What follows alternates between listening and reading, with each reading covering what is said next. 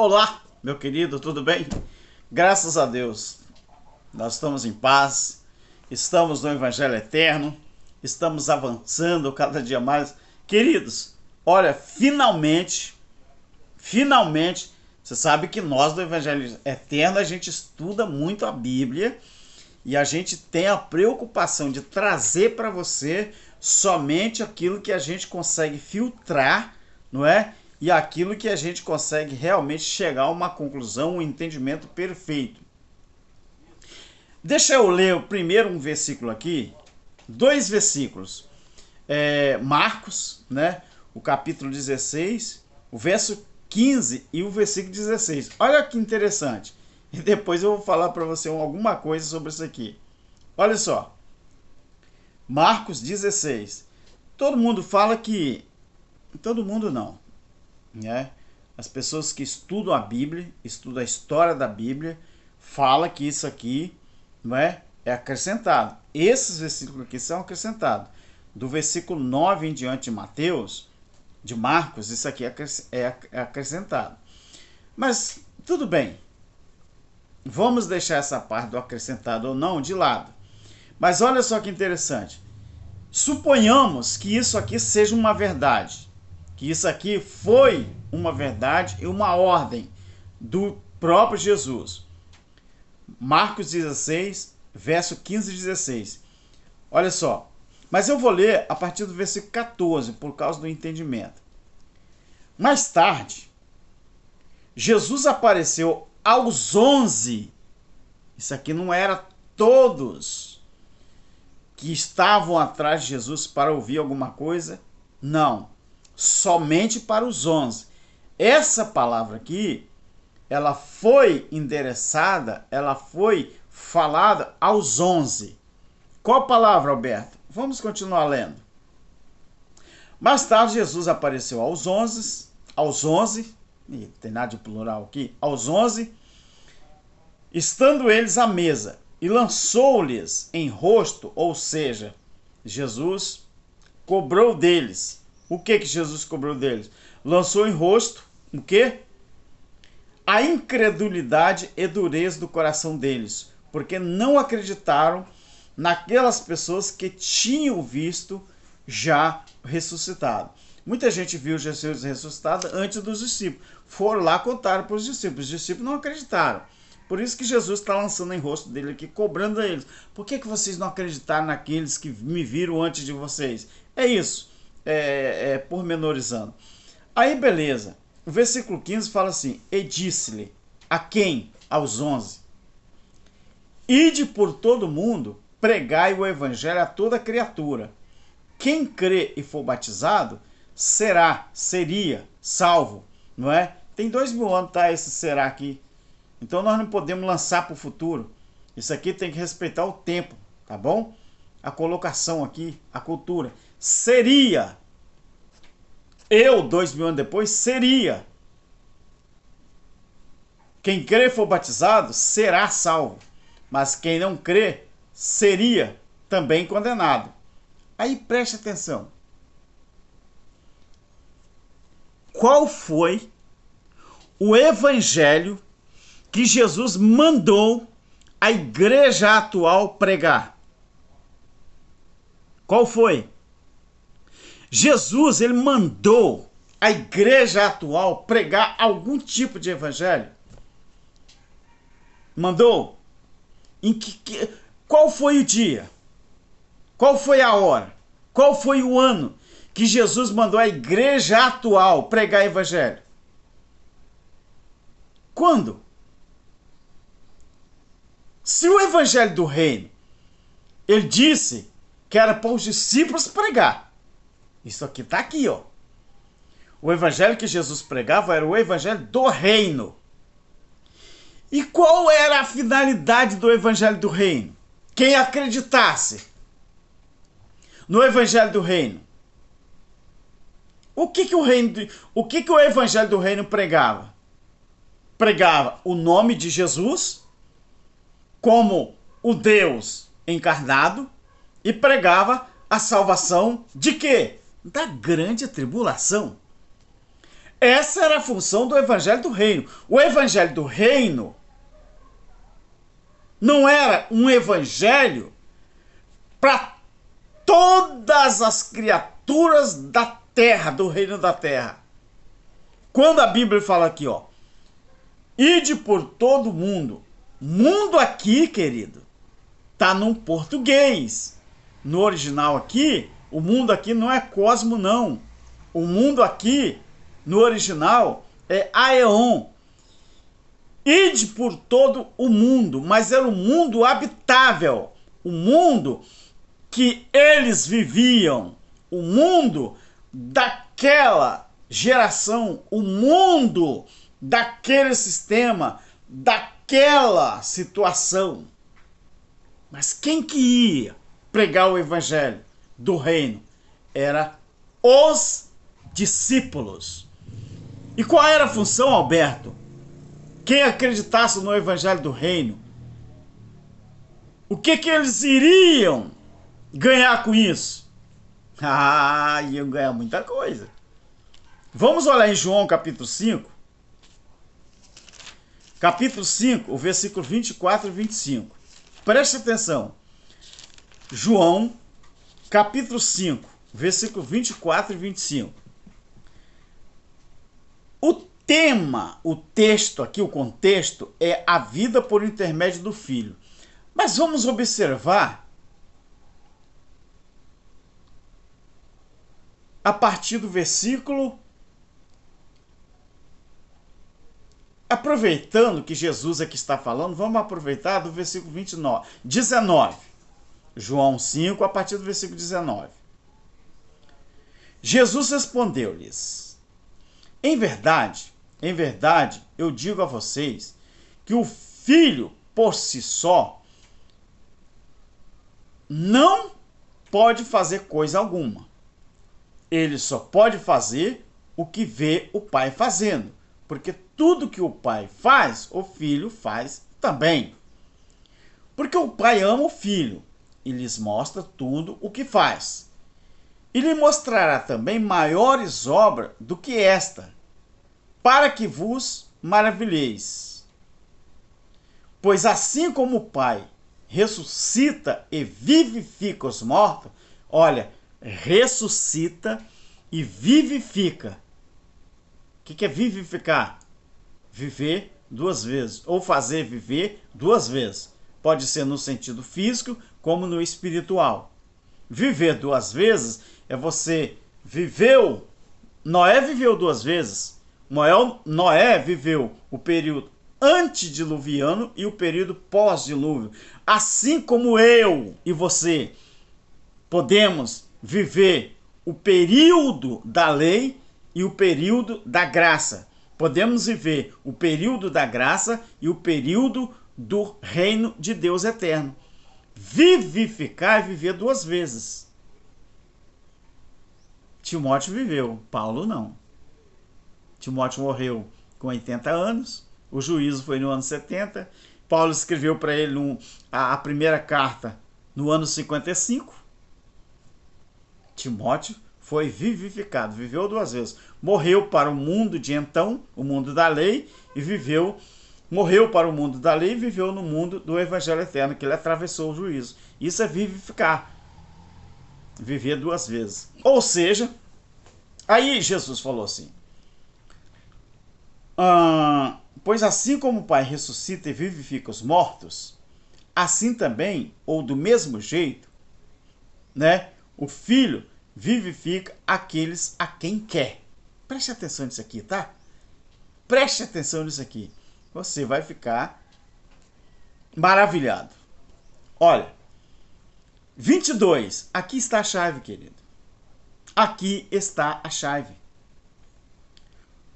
O Pai a ninguém julga, mas deu ao Filho todo o juízo. Juízo. Aqui ele estava falando antes do ano 70. Aqui ele estava falando pelo menos no ano 33. 33. Presta atenção nisso aqui. Aí Jesus fala assim: para que todos honrem o Filho Isso era o evangelho que eles pregavam, que era o evangelho do reino, anunciava isso aqui, ó, o juízo de Deus e o próprio nome do Filho de Deus, que era o próprio Deus encarnado no Filho. Ó, para que todos honrem o Filho como honram o Pai. Quem não honra o Filho, não honra o Pai, que o enviou. Agora, preste atenção. Em verdade, eu digo a vocês, que quem ouve a dele, palavra, presta atenção, o que o Evangelho do Reino, os benefícios do Evangelho do Reino. Quem ouve a minha palavra e crê naquele que me enviou, tem a vida eterna. A vida eterna era o quê?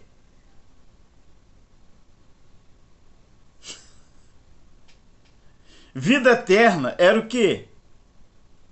Atravessar o juízo. Assim como o Mar Vermelho foi o marco na vida dos hebreus. Assim como o juízo era o marco na vida daqueles que viveram antes e depois do juízo, iriam viver só que com o reino de Deus estabelecido. Vida eterna apontava para o pós-juízo. Quem vivesse pós o juízo já estava garantido, porque vida eterna era aqueles que conseguissem atravessar o juízo em vida. Por quê? Porque depois do juízo não ia ter mais nada escrito. Depois do juízo, do ano 70, não haveria mais manifestação do próprio Deus. Não haveria mais pregação de evangelho nenhum. Porque Paulo, ele disse que ele terminou de pregar o evangelho a toda criatura na época dele. Preste atenção. Em verdade, eu vos digo que aquele que ouve a minha palavra e crê naquele que me enviou, tem a vida eterna. Por que a vida eterna era garantida? Para quem cresce em Jesus, que era a função do evangelho do reino, e cresce naquele que enviou, que era o próprio Deus. Por que tinha a vida eterna garantida? A vida eterna estava antes do juízo ou era depois do juízo? Eu vou confirmar aqui, ó, no mesmo versículo. Presta atenção. Tem a vida eterna e não entrará em condenação, mas passou da morte para a vida. Você está vendo aqui que o juízo de Deus no ano 70, para quem sobreviveu, porque creu em Jesus e creu na palavra dele, creu na palavra dele, que ele pregava, ele e os discípulos, era o evangelho do reino, e creu no Criador, o Pai, já tinha vida eterna garantida. Por quê? Porque a vida eterna não foi garantida, não foi prometida para nenhum corpo físico, para nenhum ser humano físico. A vida eterna era um símbolo de crer, acreditar. Vida eterna nada tem a ver com corpo físico. Ninguém vive eternamente fisicamente. Vocês, o que vive eternamente é o Espírito de Deus que está dentro de nós. Porque quando alguém que não acredita em Deus, não acredita na sua palavra, vai para a sepultura, não tem espírito para voltar para Deus. Não tem. É isso que Jesus falou com Pedro. Pedro, sobre esta pedra eu vou edificar a minha igreja, e as portas da sepultura não vai prevalecer contra ela. Então, tinha alguém que a sepultura prevalecia. Hoje não. Hoje tudo mudou. Hoje nós vivemos o novo tempo. A era das eras. Agora preste atenção nisso aqui, queridos. Versículo 25. Em verdade eu vos digo, que vem a hora e já chegou. Olha o tempo verbal. Já tinha chegado nos dias de Jesus, em que os mortos ouvirão a voz do Filho de Deus, e os que a ouvirem viverão. Pronto, está confirmado. A igreja de hoje, ela recebeu alguma ordem de Jesus pregar algum tipo de evangelho? É claro que não. Não recebeu, mas eles se apoderaram da Bíblia e diz que estão pregando o evangelho do reino, o evangelho da graça, o evangelho da circuncisão. Só que não. Depois do juízo não era para ter mais Bíblia. Depois do juízo não era para haver mais templo religioso, convenção, denominação. Preste atenção de uma coisa. Como podem os líderes religiosos dizer que Jesus mandou eles pregar o evangelho se tudo já foi estabelecido desde o ano 70? Vamos aqui fazer uma comparação. Então, vamos lá. Se este evangelho que a igreja evangélica prega, e se foi uma ordem de Jesus, em qual denominação está o evangelho que Jesus mandou pregar? Porque cada denominação tem o seu evangelho próprio. Você vai numa denominação, eles pregam um tipo de evangelho. Você vai na outra, pega um tipo de evangelho. Você vai na outra, é outro tipo. Então tem evangelho para todos os gostos. Depende da denominação que você entra. Afinal de contas, quem é então que detém o evangelho que Jesus mandou pregar? Se essas denominações, cada uma tem um evangelho para si. Você entra nessas igrejas evangélicas, esses neopentecostais, funciona lá o evangelho do toma lá da cá, o evangelho do dinheiro. Você entra na outra, está o evangelho que você só é filho de Deus se você guardar sábado.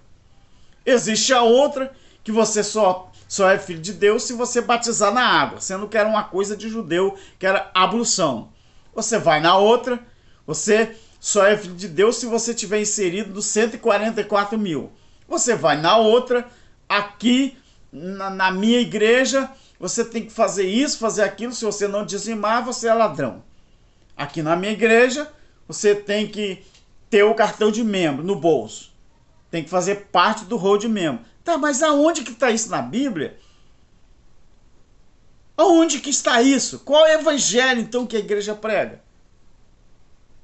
O evangelho eu sei qual. O evangelho da confusão. O evangelho da lei, que era aquele evangelho evangelho da lei não, o evangelho do tempo da lei, que era o evangelho do reino. Depois o evangelho da graça, da incircuncisão, existiu. Existiu. O que era para perdurar na consciência e na mente das pessoas, e não nas pregações dos púlpitos, era o evangelho eterno. De Apocalipse 14:6. Só que esse evangelho eterno era para estar somente no coração e na mente das pessoas. E as pessoas viveram o reino. Então, esse evangelho que está aí é o evangelho da confusão. E não o evangelho que Paulo, que Jesus e os discípulos pregaram. Não tem evangelho para a igreja evangélica pregar. É mentira o que você ouviu até hoje. Deus que te abençoe.